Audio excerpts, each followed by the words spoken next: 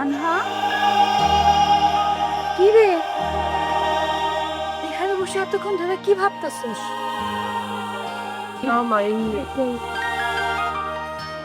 এমনি না, আমার মন কইতাছে তুই কোনো চিন্তা করতেছিস। আহারে, যার বুকের ধন খোয়া যায় সেই মাই জানে যন্ত্রণা কতটা। পারভিনের কথা মনে পড়লেই আমার বুকের মধ্যে হু হু করে উঠতেছে।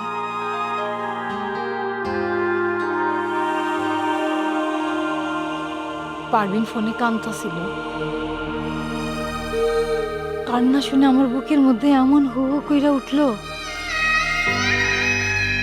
একটা মা কতটা অসহায় হইলে এভাবে কাঁদতে পারে। উনি ফোন দিছিল কেন? লাইফ বয় কিনে কল দাও টোল ফ্রি নম্বরে আর এক নিঃশ্বাসে গোল বলে জিতে নাও ফিফা বিশ্বকাপ 2026 এর এক্সক্লুসিভ পুরস্কার। তোর বাপরে ফোন দিছিল, তোর বাপ ফোনটা ভুলে রেখা দিছিল, তাই ফোনটা আমি রিসিভ করছিলাম। ওগো ধারণা মারুফরে না পাওয়ার পেছনে তোর বাপের কোনো হাত আছে।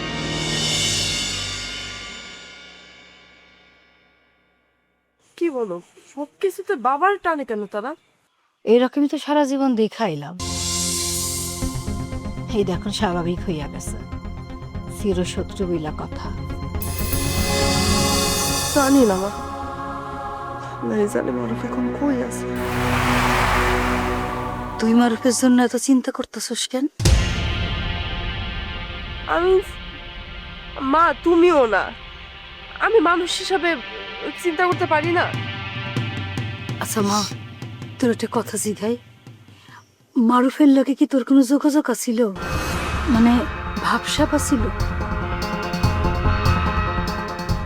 না মা, আমার আবার কি ভাবসাব থাকবো, কিন্তু ও মানে খুব করে চাইতো, এটাই আর কি।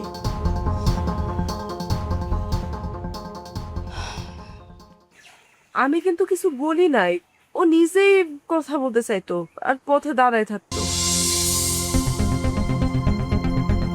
তুই আর তোর বাপ সারাটা জীবন আমার টেনশনে রাখলি। আমি কি করলাম মা? তুই জানোস না তারা কারা? তারা হইল আমাগো, মানে তোর বাপের চির শত্রু। এই শত্রুতা শুধু কথার না, বছরের পর বছর জমে থাকা রাগ, অপমান আর প্রতিশোধের আগুন। আর সেই আগুনের মাঝে তুই যাইয়া দাঁড়াইছস।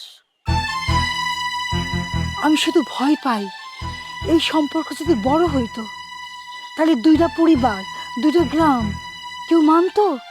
কেউ মানতো না। আর শেষে ভুগতো কে? তুই। একটা মায়ের জীবন একবার ভাঙলে আর জোড়া লাগে না রে মা। আমি তো খারাপ কিছু ভাবি নাই মা। আমি জানি রে মা, কিন্তু জীবন তো শুধু ভালো ভাবনায় চলে না। চারপাশের মানুষ থাকে, মানুষের চোখ থাকে, শত্রু থাকে। মা, মারুফ খারাপ ছিল না। পরিস্থিতিতে মানুষ খারাপ হয়। তোর বাপ যদি আগে জানতো তাই অনেক রাগ করত। আমি তোর মা, আমি তোরে বাঁচাইতে চাই। আমি চাই না তুই এমন কোনো ঝামেলায় পড় যা থেকে বের হইতে তোর কষ্ট হয়।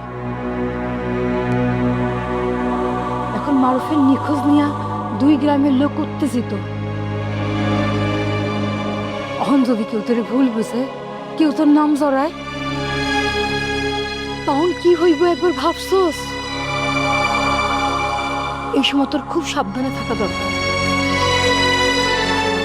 কারোর সাথে বেশি কথা কবি না, একা একা বাইরে যাবি না, আর কোনো ঝুঁকি নিবি না। বুঝলে ভালো রে মা। আমি চাই না তোরে নিয়ে নতুন কোনো ঝামেলা হোক।